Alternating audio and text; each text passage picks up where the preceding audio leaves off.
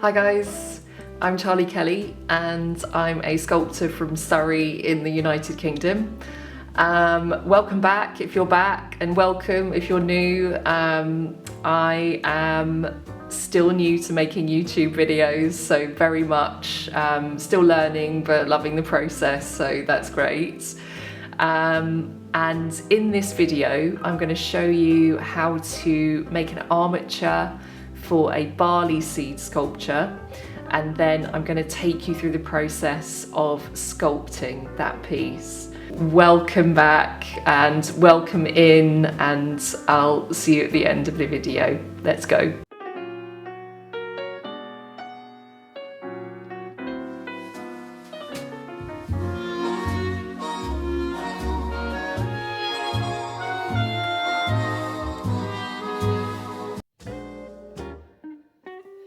Okay, so you're going to gather all your material for making your armature.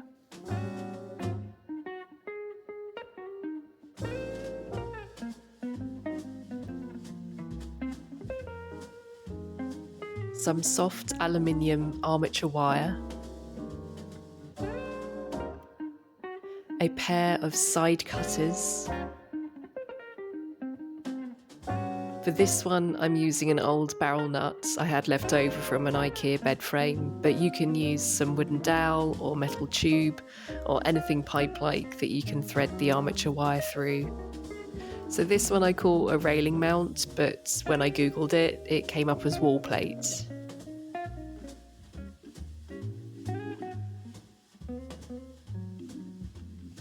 And I've attached that wall plate to a small circular breadboard.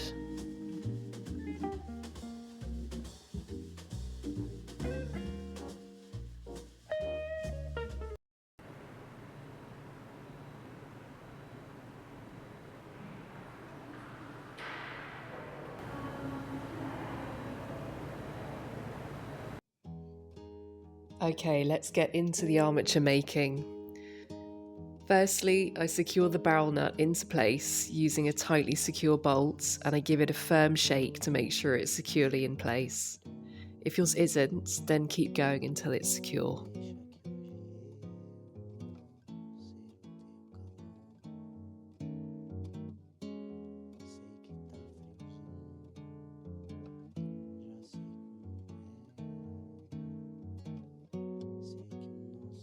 I then measure out the length of armature wire I need using some measuring calipers. For this barley seed, I want it to be around the same size as the previous rice seed sculpture, so I use that piece as my guide. I like to thread the armature wire through the rod or dowel so that it's central, but you can lash your armature wire to it using galvanized wire or string if it's not possible to make a hole. You can see here I've curled the armature wire around in a squirty way, so when I attach it, this will give my clay places on the armature to cling to. The swirl of metal will be the bulbous part of the seed pod, so it's intentionally thicker.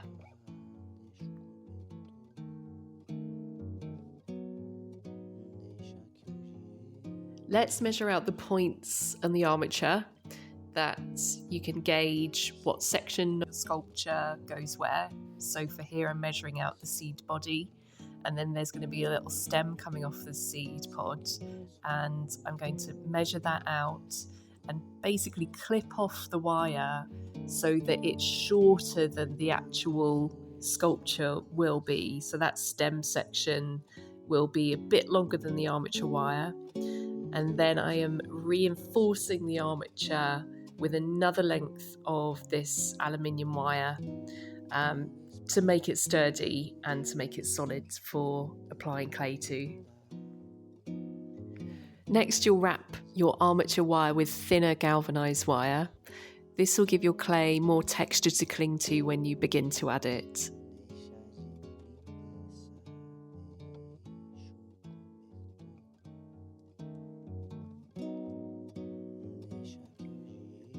Once I'd wrapped the whole armature in the galvanized wire, I realised that it was still a bit wobbly, so I'm threading some more of that thin wire through the gap that was creating the wobble in my armature.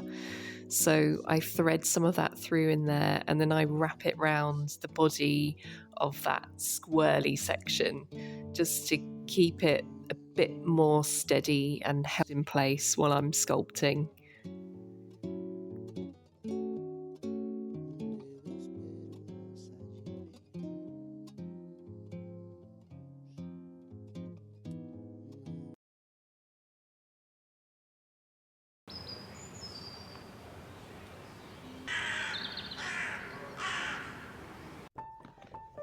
Now we get to my favourite parts, where you can begin to add your clay to the armature. I tear off smallish bits of clay, not too small, otherwise it'll take you forever, and squeeze them firmly onto the armature.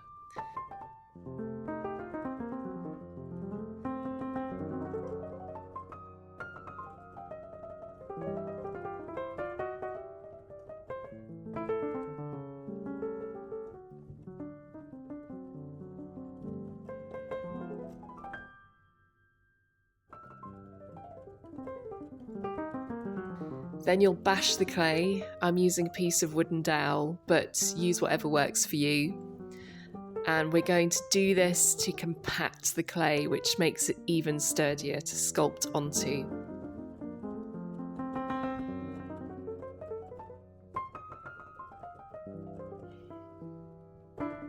I then use a combo of a straight-edged and a serrated edge sculpting kidney to refine the form. At this stage, we're blocking and roughing out the main body of the sculpture and trying, I know it's hard, to not focus in on the smaller details just yet. Getting drawn into smaller details will make the process take a longer time, especially if you have to undo it, and I'm guilty of this myself. I have a reference image that I'm referring to while I sculpt, and I'm paying close attention to the shape and form of the image so that it guides where I'm placing and removing clay.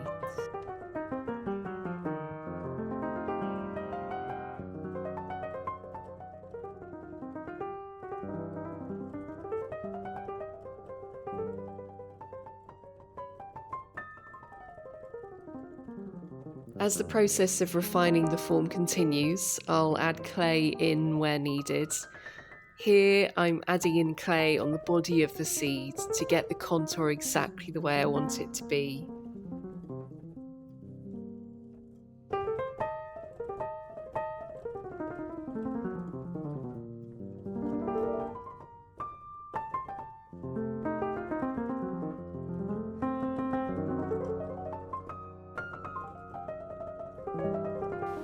I'm then using a fine serrated edge sculpting tool to further smooth the surface of the clay.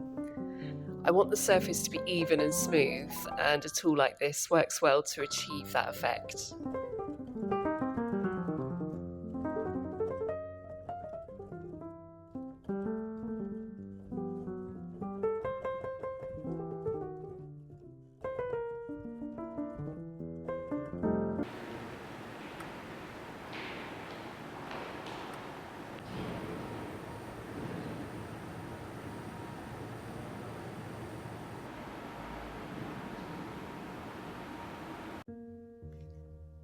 I start refining the surface here, and the tool that I'm using is the serrated kidney with the straight edge, and I'm just using that to make the surface as smooth as I can, and I'm paying attention to the contours because I want them to be really smooth and flow really nicely. This barley seed has a ridged surface, so I've just rolled out a very thin sausage of clay and laid it across the entire length of the seed pod and up the stem. Just spraying the table here with a bit of water so I can dip my rubber shaper tool into the water. I just want the shaper tool to be a bit damp so that it doesn't drag on the clay too much.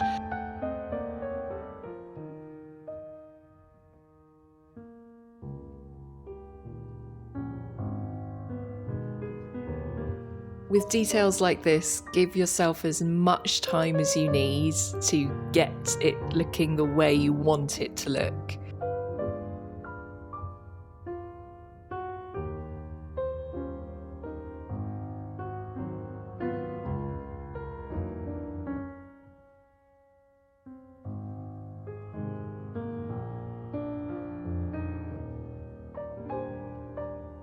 I was using my trusty loop tool. It's the thin loop tool to help me refine the shape of the stem and to get that looking lovely and neat. And then I finally moved on to using a very soft paintbrush with some water to smooth out the surface even more. I think it's an important part of our process is to just make sure that we are aware of those moments where we would probably be unkind to ourselves, and to make sure that we're hyper-vigilant to just be kind to ourselves as we're making our artwork. Like it's something that I really, I wish artists spoke about more, but I know there are artists out there who do talk about it in this way. But I think that, if I had any advice for you at all, it would be to have a hyper awareness of those moments where you're saying to yourself, I didn't do this the way I wanted to, or I've done it, badly, or, I think that those moments can be the ones that really prevent us from moving forward with our artwork and learning and growing.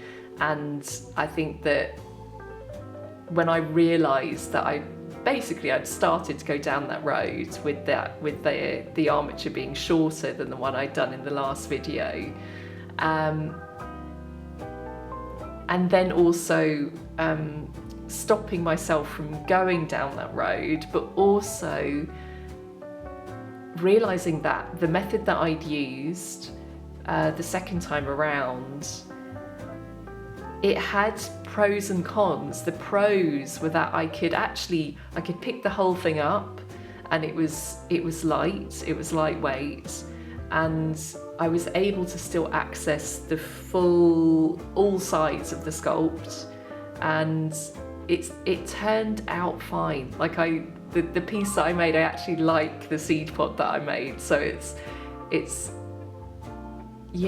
was interesting to kind of put those self-flagellating thoughts behind me and to recognise what was working and what wasn't working, and to recognise how I would do things differently and try and log that in my brain for next time, so that I automatically go to make an armature that has that high up, ergonomically sound access and access to all sides. So anyway, let's not beat ourselves over the head with our own artwork. That's what I'm trying to say.